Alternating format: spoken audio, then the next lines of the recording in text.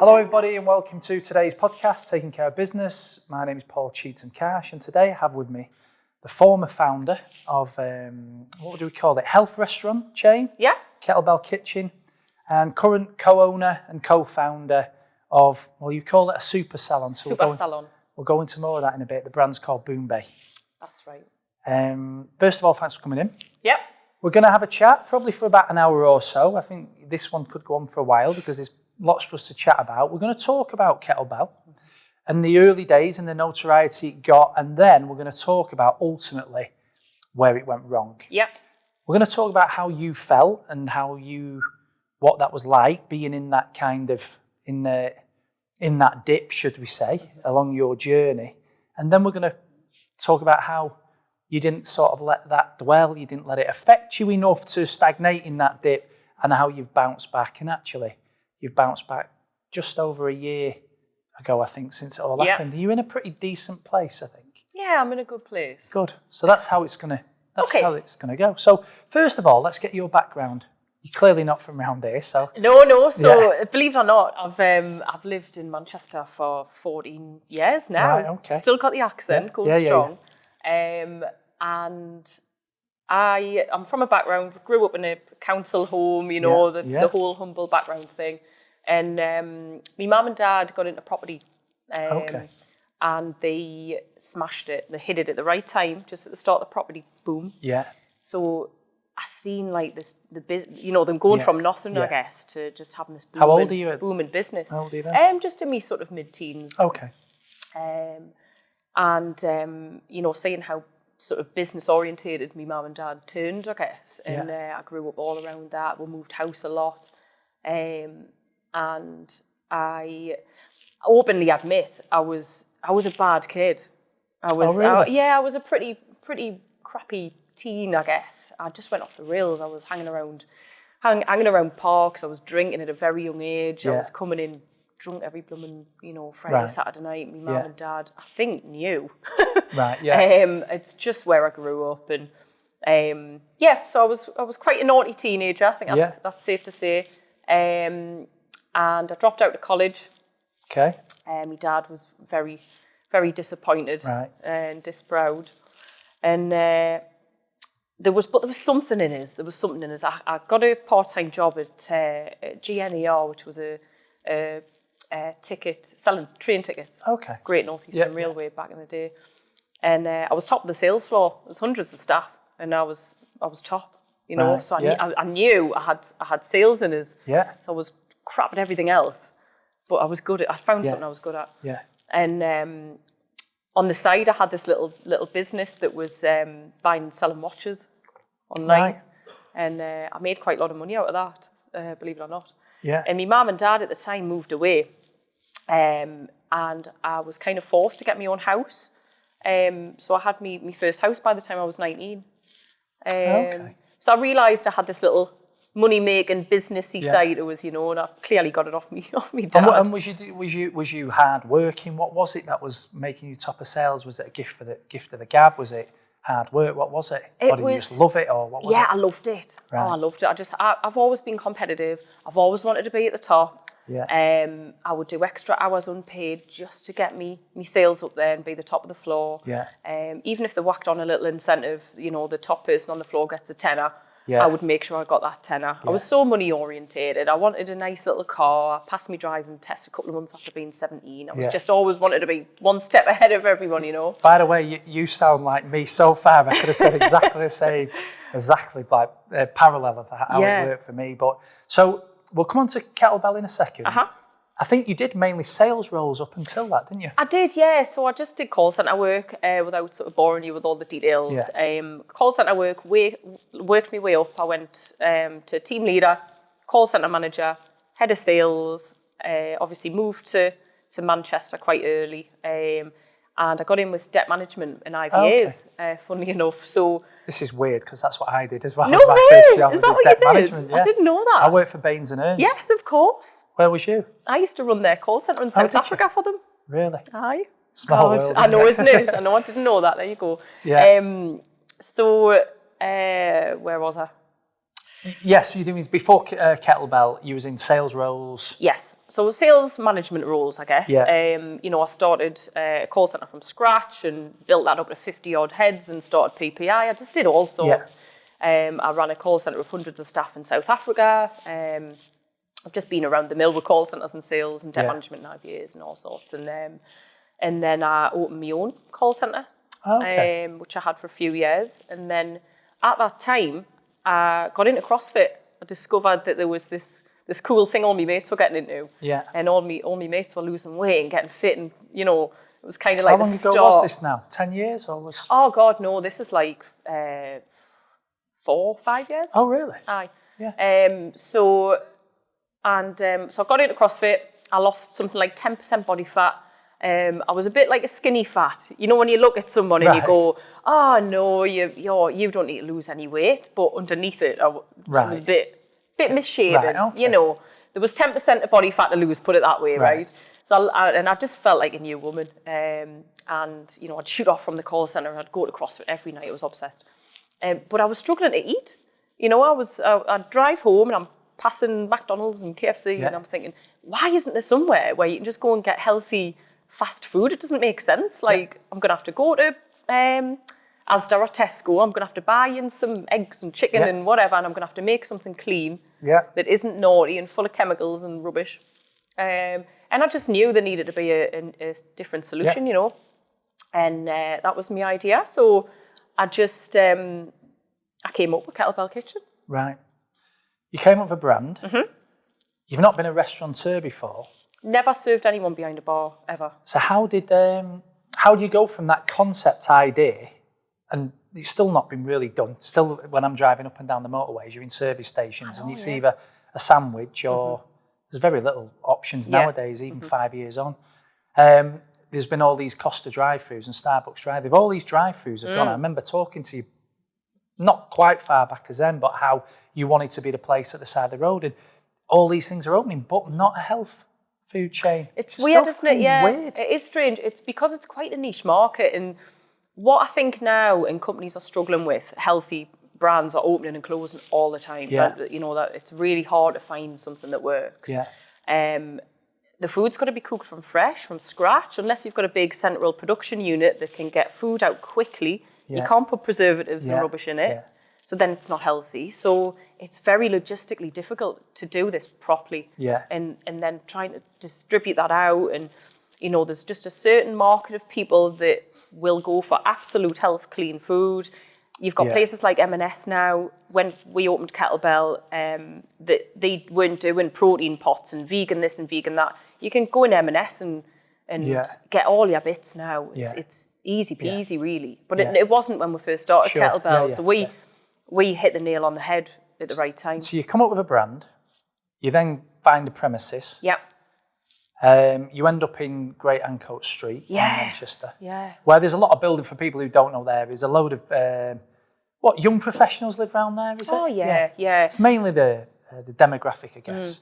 Well, it was quite dead, really. When we got that unit, there wasn't much going on around there. No. So it's just in the last 4 years ballooned, Ancoats, and now it's this trendy, cool place that's just booming. But it's it's quirky, it's trendy, it's different, isn't it? It's a bit like an extended new Northern Quarter, isn't it? So we got a really good deal that Homes HCA had the unit, and I was bidding against 4 other people to get this unit. They loved the concept. Apparently the co-op wanted my unit, and they just wanted someone local, which I loved.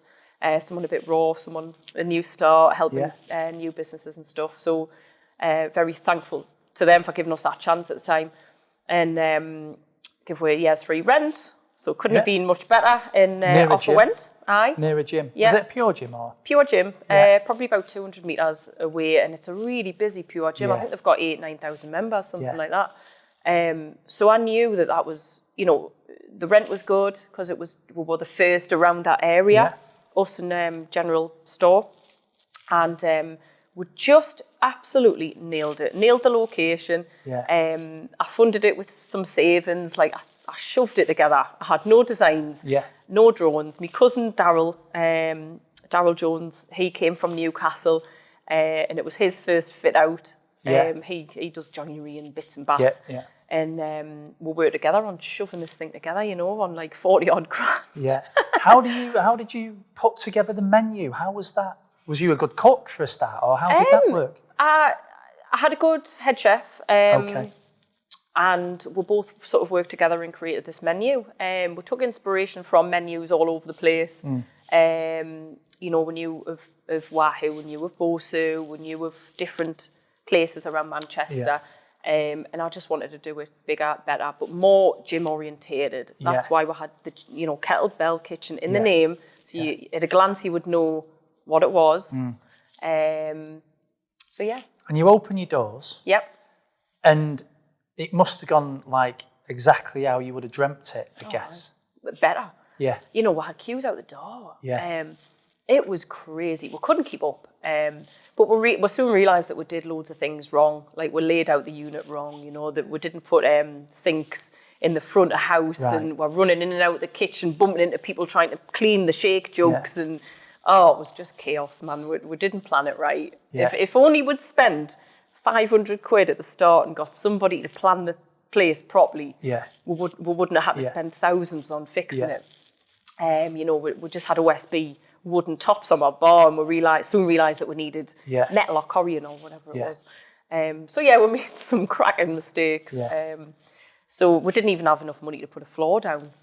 No. We just had a raw metal floor, which soon went a bit remember, but you pear-shaped. But you made it work, didn't you? With the money you had, it worked. I think people loved the rawness of it. And do you know the funny thing is, we came back to refit it like a year and a half, 2 years later, and we spent a lot of money on it. And people preferred the old way. Right. So we spent a fortune on the floor. Everything was just immaculate. And so many people were like, we loved it before it was dead raw. It became like a place to go to be seen, didn't it?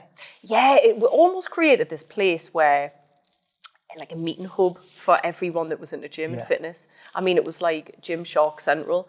It was like a breeding ground, It was like honestly, it was great though.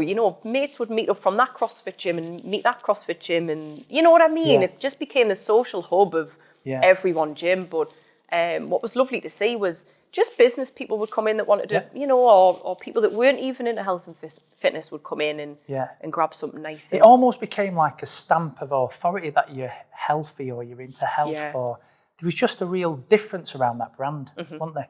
Nobody else really was doing it in that sense, Well, they're still not, are they? That's the thing. Not really, no. Yeah. Not really. Still not. So I guess you must have looked back after, I don't know, being open 6 months, and you must have just thought, we're onto something here. What then happened, I guess, over the next period?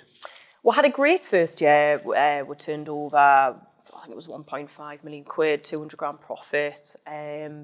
So I guess we were very investable at that time. I'd branched off, and this is just me, no investors at this point, roughly for about 15, 16 months. And I had a concession in Misguided, had a concession in Pretty Little Thing. So two competitors in the same industry, which was interesting. We had DW Fitness in Trafford, concession there. What else did we have? And we were growing my meal prep. Did you do UK Fast? No. No, I wanted that. Okay. I wanted that. I've since met Lawrence and stuff, but he's got his own private team in now. Oh, okay. Doing the cooks. But so everyone was interested though. Everyone wanted a little piece of it, and in came meal prep, which was never in the original business plan. It just came from a want and a need of people coming in and saying, do you do meal prep? Yeah. And by that point, we must have been on, 60, 70 people on meal prep. Yeah. And we were still doing it from Ancoats. So we were struggling. I mean, that unit was working 24 hours sometimes. Yeah. I don't know how we didn't get kicked out by the council. Yeah. There was quite a few complaints.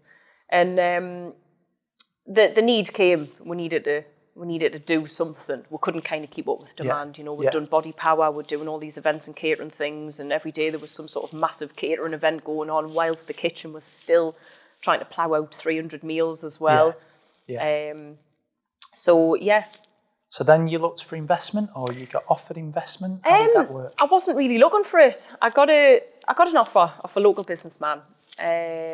and he offered us £500,000 for 25% of the business. I mean, he sent us it on a WhatsApp. He walked in and said, I want to speak to the owner.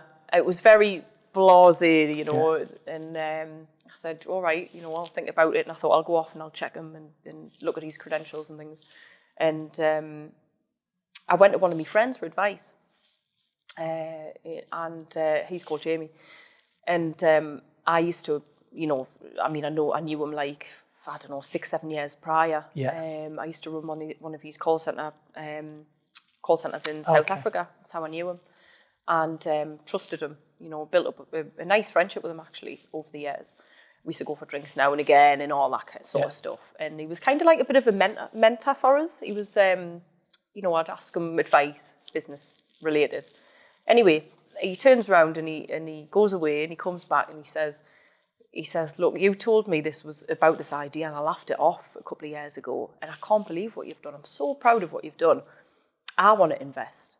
So I'll invest 1/5 of that money, but I want the same percentage. Or give us what you feel that you should, right? Yeah. So me being me, I was like, no, you know, and I went with me heart, not me head. You know, I had this choice and I wanted Jamie. I trusted him. He had 13 odd businesses in Manchester that were supposedly successful, you know, and I thought, I like him.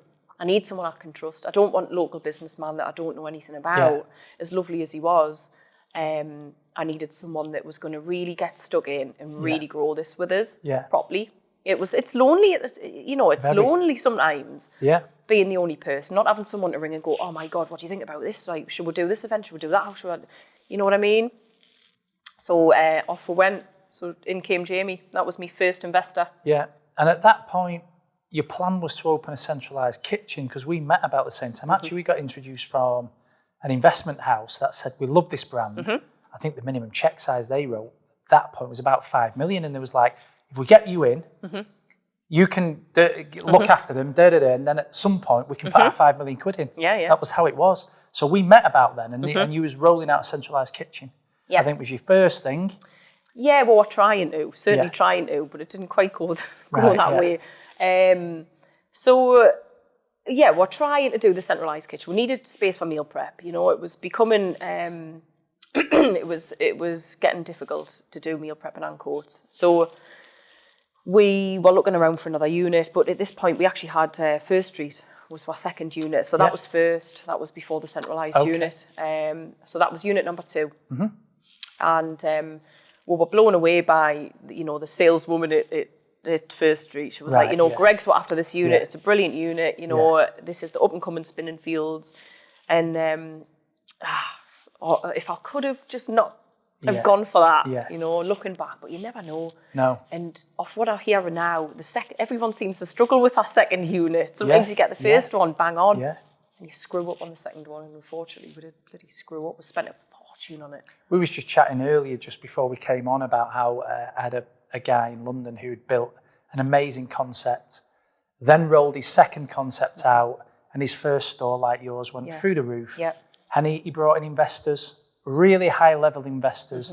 And effectively, when I met him, he had 6 concepts underneath his umbrella, I guess, and none of them really replicated the initial success story. And you find that a lot. Go on. I wish if I could turn back the clock, I wouldn't have opened another one in Manchester at all. You know, maybe he's gone for Liverpool, Newcastle, Leeds. You know, because then you've got this whole hub and market, haven't you, of a city? Because what we later realised later on, after we'd opened Salford, we'd opened the central unit, which had a grab-and-go unit at the front, what they did was, each one we opened, Ancoats went down a chunk. And then we opened another one, Ancoats went down another chunk.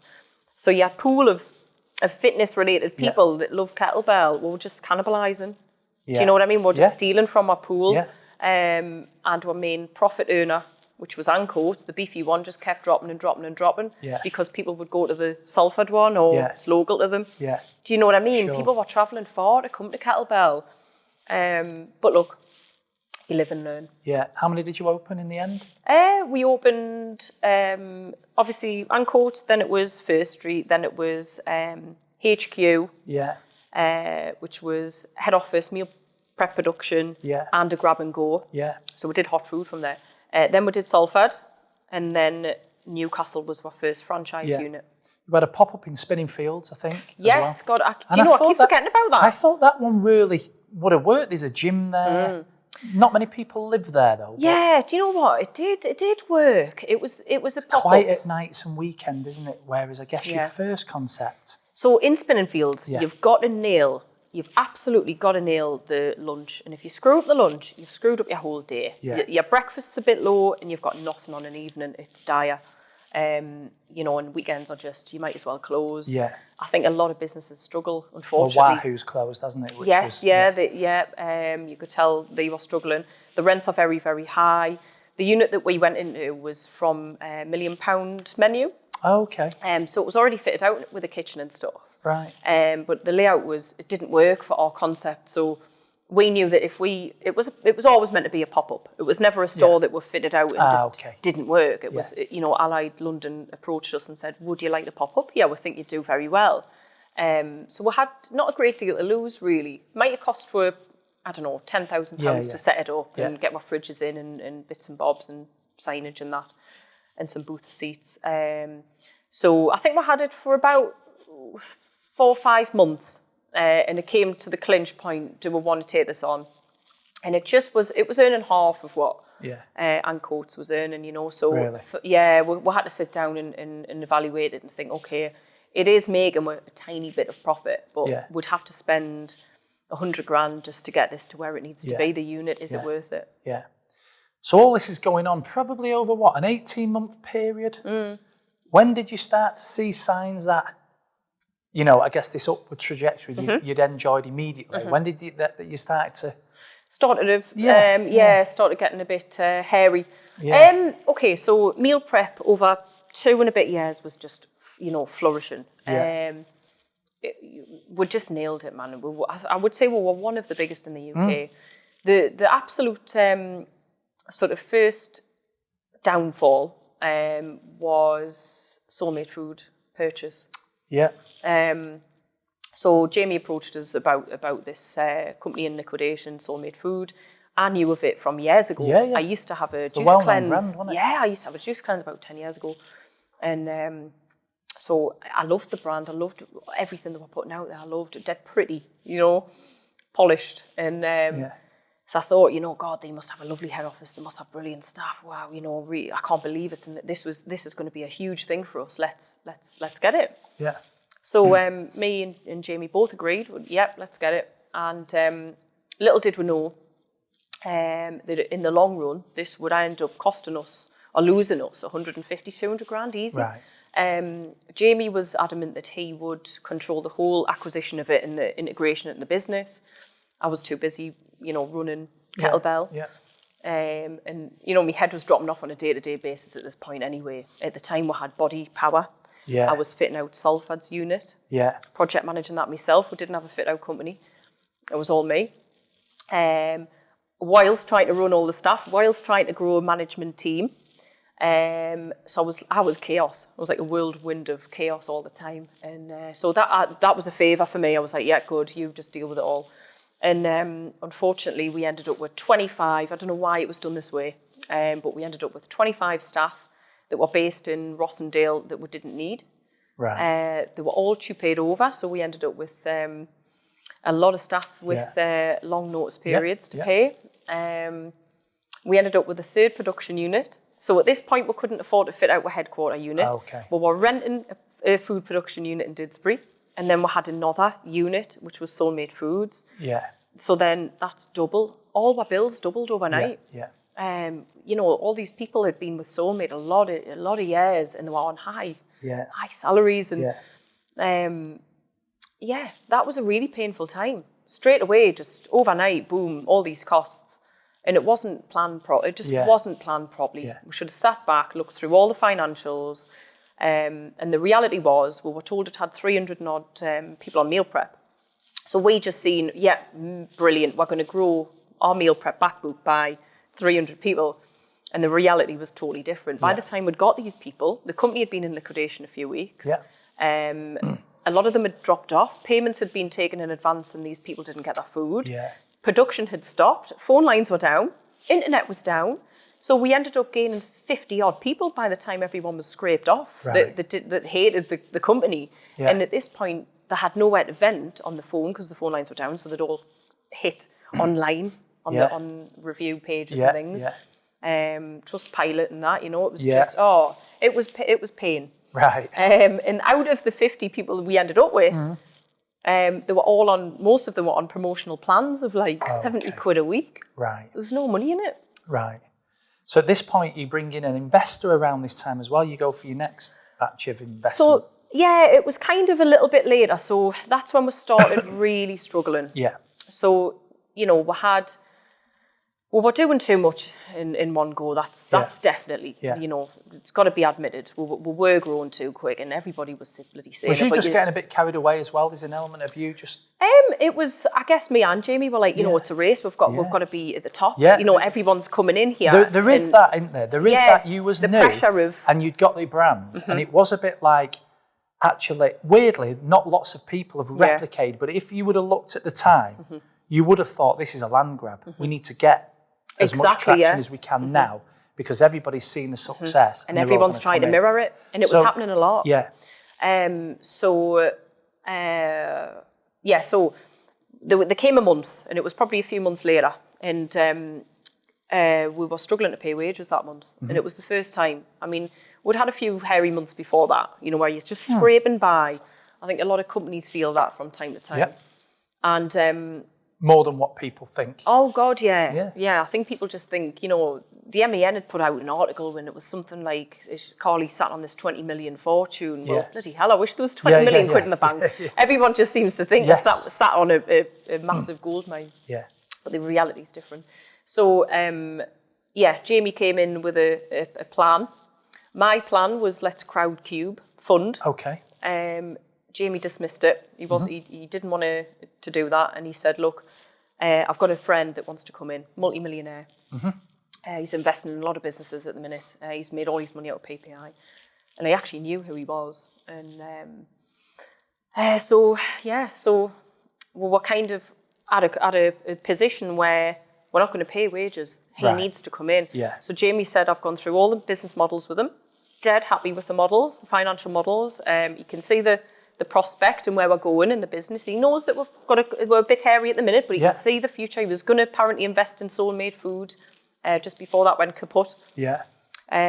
So in came Gary, and that was like the start of the end. Yeah, it just got worse, didn't it? I think because he brought in his internal finances from memory, so it just never seemed to. It didn't even have a period of like. Sometimes there's a honeymoon period, but just from looking in from last time, it just gradually got worse and worse, didn't it? From there. Do you know what? 6 months there, that chunk. So it was 2018 summer. Yeah. Up to the end of that year, and it was just hell. It was awful. It just went from bad to just like hideous, you know. So what happened was Gary came in. We needed money to fit out this headquarter unit, this fancy headquarter unit that Jamie was adamant we had to have, and it was right next to his head office, so it was literally opposite, walking distance. So great for him, not so great for me because and us because it needed fitted out. It needed a lot of M&E work, you know. It was a total shell. Yeah. And it needed probably hundreds of thousands spent on it, never mind the 100 grand Gary put in. So anyway, Gary's money just got swallowed up on bills and general crap, really. Yeah. We were doing Salford fit out at the time, so that was costing me money. And Body Power lost quite a bit of money. Sometimes these things do, but you have to kind of write it off as marketing. Yeah. And things just got worse. You know, every month was a bit hairy. And so Gary approached us a couple of months in and he said, look, I've got an FD and he works with us on all my other companies. I want to bring him in. He'll take all the stress off you. This is how it was positioned. He will, you know, and he came in, and as you know, because we used to use you guys, and in came Colin FD. Yeah. So he wasn't on our books. So it was a luxury, you know, and he was going to take the stress away from me. And I thought, oh, brilliant. Yeah. When you're wearing 20 hats as a running a company, man, you just get drained, you know, and you must hear this so many times, but the finances is the biggest stress and strain. Yeah. I would wake up every morning. The first thing I would do when I opened my eyes was look at the bank account on my phone and think, oh, good, right, that's landed. Yes. Or, you know, and that would either position me if I'm going to have a good day or a bad day. And then I'd be hammered because I was late. We didn't have someone in finance. It was just me. Yeah. Can I speak to Carley? Can I put me on Carley? This hasn't been paid. I'm not sending this order out unless this is paid. Oh, I was just being destroyed. And never mind all the staffing issues and the this, that and the other. And so in came Colin anyway, and he took over the finances. And that happened for a fair few months. And like I said, I knew we were scraping by each month. Little did I know that I would get an email one day and a call off Jamie, and I got an email off Gary, and it just said the company needs to go into liquidation. This was 2 days before launching the Newcastle unit. So I'd been spending months fitting out this unit. It was amazing, the unit. First franchise unit that it was me dad who invested in it. The pressure was on me to get this unit right. And they told us that. And they just said, we were days away from launching a Crowdcube campaign to raise £2 million. And I knew we'd raise that £2 million. I knew it. We had the brand recognition. That would have answered everything. It would have paid off all our fit out debt. It would have paid off. It would have given probably about £1 million of capital to grow our franchise business, to finish our headquarter unit, to really grow and take over. And they stopped us from doing it and just said there's no other option. The meeting's booked on Monday with the insolvency company. You have to be there at 10 a.m. It was launch day of Newcastle. And I was like, I can't. And it was like, tough, no choice. And that was it. How do you feel at this point? Do you remember? We had our launch party. I had all my you can imagine I'm from Newcastle, and I had all my old school friends were there and all sorts, you know. And all my family's there, and I was carrying the world on my shoulders. I had to hide it. I grit my teeth. I told my partner. I thought, the only person I told. I couldn't tell me dad. Imagine if, the pressure's on. I wanted him to have a good night. And I had to just put on a fake smile, and I tried to avoid photos because I honestly, I looked absolutely done in. I did. I just looked awful. I felt sick. I thought, oh my God. I wanted to remortgage the house and try and pay the staff. You know, I've never not paid staff. All the businesses I've had and ran and all, I've always made sure everyone gets paid somehow. Even on the hairy months, you know. And I couldn't believe it, what I was reading. And they wouldn't. I thought I had no choice. So I had these investors telling me, you've got no choice. This is going into liquidation on Monday, whether you like it or not. We'll rebuy back the assets. We'll do the typical Phoenix job that everybody hates, and yet everyone seems to bloom and do it. I can't believe how common that is. And we'll all get our shareholdings back after it. Bear with it. You're going to be destroyed in the media, Carley. Don't care. Not interested in your emotions. You've got to be strong, and the staff will be paid the week after. But we can't say that because then it looks like a complete typical Phoenix job. So just be slaughtered in the media, let it happen, and then we'll deal with it after. And how was it for you? Because obviously the media did actually, at one point, the local media was bigging you up, wasn't they? Like you said, 20 million a Carley, but obviously it goes the other way, doesn't it? It does, They love a bit of bad news, don't they? So how was that? Oh, it was horrendous. And I think it's quite relevant to touch on this at the minute with what's happening with the sad news about Caroline Flack and all this other stuff at the minute. But the MEN, I know they've got news to report, but my face was the main thumbnail image, right? So it wasn't the building, it wasn't the logo, it was me. And Jamie and Gary weren't in facto directors. They weren't they were in facto directors. They weren't on Company's House as a director, but they should have been. I don't know why they weren't. So it wasn't just me running the ship. It was Jamie, me and Jamie. Jamie was involved on a day-to-day basis. Gary was kind of behind telling me what to do, now and again. I got destroyed. There were the comment section underneath the Facebook on the article was rough. It was rough. People, you know, discussing me looks, me features on my face, me outfits, me, you just know, what you need at this time. Just what you need when you're when you're losing your business, you know, and you feel like your world's coming in an end. And I was devastated that the staff weren't getting paid. But all people could think about is that bitch isn't paying her staff. How dare she? You know, she's obviously going to set up another company and go again whilst our staff aren't paid after Christmas. You know, it was just awful. I had pictures of me car, me partner, my mum was put on, you know, old photos of holidays that 2 years old were put on. Look at her living life. Well, I did 2 years ago, of course I did, you know. Little did anyone know the truth behind it all and what was How going did you cope with all that? How low did you go, I guess? It was low. It was dark. You know, I had death threats. It was deeper than that. I mean, I won't go into it too much, but luckily, I don't know how, but I'm thankful that I'm strong. I can completely see how people can not see a way out of stuff like this. But I kind of go into recovery mode. Do you know? And but yeah, if it wasn't for my partner, Kira, to get us through it, I don't know where I'd be. Yeah.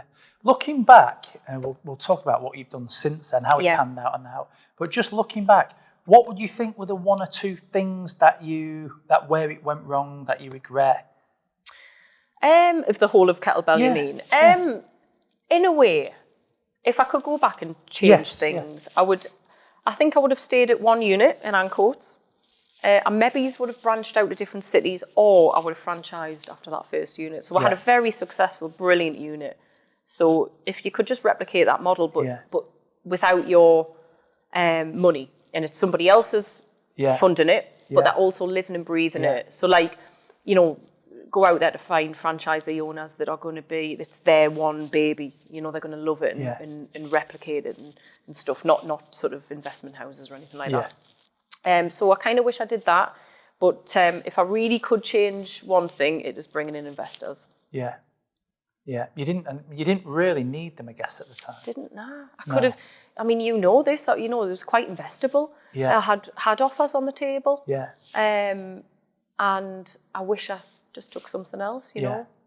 The aftermath of it then, very soon afterwards, you didn't all divvy it all up and go again in Phoenix. So that was what was supposed to happen. You know, there was emails, there was texts, everything to back up what I'm saying here. You know, I was took in this meeting with the insolvency practitioners, and I was told there was 6 men around this table, and I'm sat there, and it's going into liquidation next week. You've got no choice. Staff won't be paid. They'll be released without pay. Get over it. You know, and we'll go again. We'll get hit, but we'll rebuy back the assets. Everyone will put in their chunk of money, and we'll rebuy it back as a collective. The assets were valued at 80 grand. My chunk was 38 grand, because at this time Gary had put in more money, snippets of money to get more shares, and mine unfortunately kept dropping. And would all have a very successful future. You know, it sounds awful, but if you kind of get rid of that debt and do this. I mean, I'd never heard of this before. I've never done something like this. I was just getting told what to do. Sign the papers, you know, get on with it. That's the debt level. I'm literally just getting housed into my room, signed, and then I'm back out again. And because I'm so busy trying to save everything, I was just doing what I was told. And anyway, so I'm working hard to save all the staff and while still getting slaughtered in the media. And then I was summoned to Gary's office, his head office, and it was quite a nasty email. And I kind of thought, ooh, what's going on? And I hadn't heard much.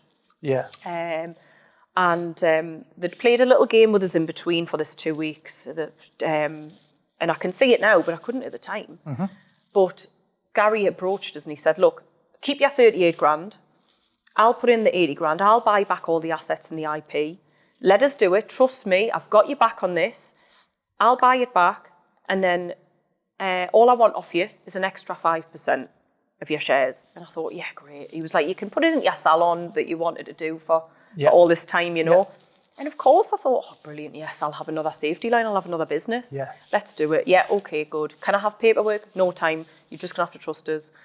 And he was using Jamie as a go-between, but, you know, thankfully I do have emails and texts. Yeah. And when I was summoned to his head office, he sat us down and just said, it's business, it's a game. I've won, you've lost. I own 100% of Kettlebell Kitchen and you don't. Yeah. And that was it. So, and I was like, well, what are you doing? Like, I couldn't believe it. I literally thought my world was ending. Yeah. You know, I'd been manipulated for months here, told what to do, painted this picture that the company was in dire straits of debt, stopped the crowdfund campaign that was the answer to everything. Mm-hmm. You know, and we could have gone for a company IVA, but that was never considered. It was no liquidation because Gary was in control of the insolvency company because they were mates, so he knew. So they were making sure that Gary would get it back. Okay. And that's it. He basically just managed to get me company offers, get me out. When you walk out the door at that point, how are you feeling? What do you think? I just wanted to rip his head off, to be honest. I couldn't believe it, man. I stormed out the meeting. He made us an offer and it was hideous. It was something like, you can have Ancoats in the stores business, but we're shutting Salford, closing First Street. You know, I'm not interested in Newcastle, do what you want with that. But you'd have to pay. He sent us a big long list of, you know, conditions. Yeah. And in a nutshell, he wanted £1,000 a month per store licence fee for my own brand to just use my logo that was now his. Yeah. And he was just going to absolutely, you know, every bit of marketing. So I'd spent all this time myself, never using a media company, building the Instagram, and I built it like 44,000 genuine followers. And you know, by the time I walked out the meeting, I was kicked out of everything already. It had already been done hours before, and Jamie's company, media company, was in control of all that. Right. So I knew Jamie was involved in the whole thing. It was dead obvious. And that was it. How long was you down for before you realised you're going to have to pick yourself back up? This all happened on Valentine's Day last year, and you know, me and my partner had a meal booked and all sorts, and I went home an absolute train wreck. You can imagine. I was shocked. Couldn't get my head around what had happened. I was in. I couldn't piece together how this had happened. I wanted to kick myself. I was embarrassed. I was like, how have you let this happen? Yeah. Why didn't you see it? It was written all over the place. No paperwork. No. You know, they put unnecessary time constraints on things. There's not enough time to get paperwork. You have to sign. You have to do this. You know, just trust us. Gary was my best mate at my wedding. You know, I trust him with my life. Jamie was like, I'm not going to let him screw us over. Yeah. And I trusted Jamie. Yeah. So I went with him, and look what happened. You know, I could have, as the sole director on paper at the time, I could have bought back all of those assets, and I could have cut them out. Yeah. I would never do something like that. I couldn't live with myself. Yeah. But they could. Yeah. So how did you start bouncing back? How many weeks did it take to sink in, or months, or sank in? we had a holiday 2 days later to see family in Australia, and we'd had it booked for like a year, right? And I mean, I was just a shell. I didn't enjoy. I did enjoy the holiday, but I couldn't relax. I could be myself. I had this horrible gut feeling. I wasn't eating properly. I was a mess. I wasn't sleeping. And I'm just thinking, my world's ended. I've lost me income. We've lost the main household income in the house. Yeah, you've got personal guarantees, of course, in loads of PGs. Yeah. So I'm walking away with a world of debt that I was told by Jamie would be included in the new companies, so not to worry about. So I just walked away with nothing and minus figures, you know. And it was a couple of weeks, and I just thought, right, we've got to do something. And Kira, my partner, wanted, she was at the time a freelance hairstylist, moved over from Ireland, so she didn't really have a client base. Right. So she was just kind of establishing herself. And we just thought, stuff it, let's go for it, let's set up a salon. We'd even started fitting out a garage, just to have a little home salon for her. This is within weeks, or? Yep, within weeks. Yeah, fine. And I also had the Newcastle store with my dad. Okay. So I had to rebrand that. Yeah. We gave that a go, and unfortunately and sadly it didn't work. Okay. it was just, we were hit so much in the media. It was just impossible. I put a lot of money into that and lost a lot of money. Yeah. And so did my dad, unfortunately. But it is what it is, you know. And so yeah, a couple of weeks, found a unit, off we went with a salon. Yeah. And this is Boom Bay. Boom Bay, yeah. So tell us about that now. It's the best thing that's ever happened. When I look back now, I look at the kettlebell situation and I thought my life was over. I was like, bloody hell, how am I going to come back from this? And I had this amazing brand. How am I going to replicate this? What am I going to do? Literally, what am I going to do? How embarrassing, you know, I've done this. I had people laughing at us. I had people calling us Kettlebell End, which I found quite funny. I don't know if you can put that on. And so I went into recovery mode and popped Boom Bay. And it's just, honestly, man, we're booked up for a month in advance. Yeah. We've now got a hair extension business. We've got a training academy. It's a lovely business. So what's a super salon? Because that's what you class it as. A super salon is a place that does everything. So it's a hair salon. Yeah. Because a lot of places just kind of specialise in makeup or hair or this or that. So we'll do everything under one roof. Yeah. We're just a couple of minutes away from town. So just in Trafford on Chester Road. 2,500 square foot, I think we've got. We've got a little car park. Lovely, great unit. And yeah, we'll just do everything. Yeah. Aesthetics, nails, hair extensions, training, all sorts. Yeah. So you do this with your partner? Yes. What's your what's your plans for it? We talked before and we were talking about a podcast 2 podcasts ago. I had Chris Cope on. And he went from having an early success in the leisure industry. And he got investors in. And different story, but it didn't quite work out. He thought his world was over. They kind of got his investors in because he'd seen this crest of the wave and wanted more of it. Yep. And kind of went the opposite way when he went again. He bought it back and him and his sister, they went again. And now it's him, his sister, his wife. They're doing like 5 times more revenue than what they were doing last time. And all he wanted to do was keep it small, lifestyle-y, enjoy life. Yeah. Because, again, we talked about this before, you get so lost in the day-to-day of your day is really determined by your first or second email at that point. So on that, and 5-6 years on, he's like living a very successful lifestyle now. What's your plan? We've got so many different plans. Yeah. We're certainly not going to grow at this stage. I'm not interested in having a Boom Bay Liverpool or a Boom Bay this, that and the other. Yeah.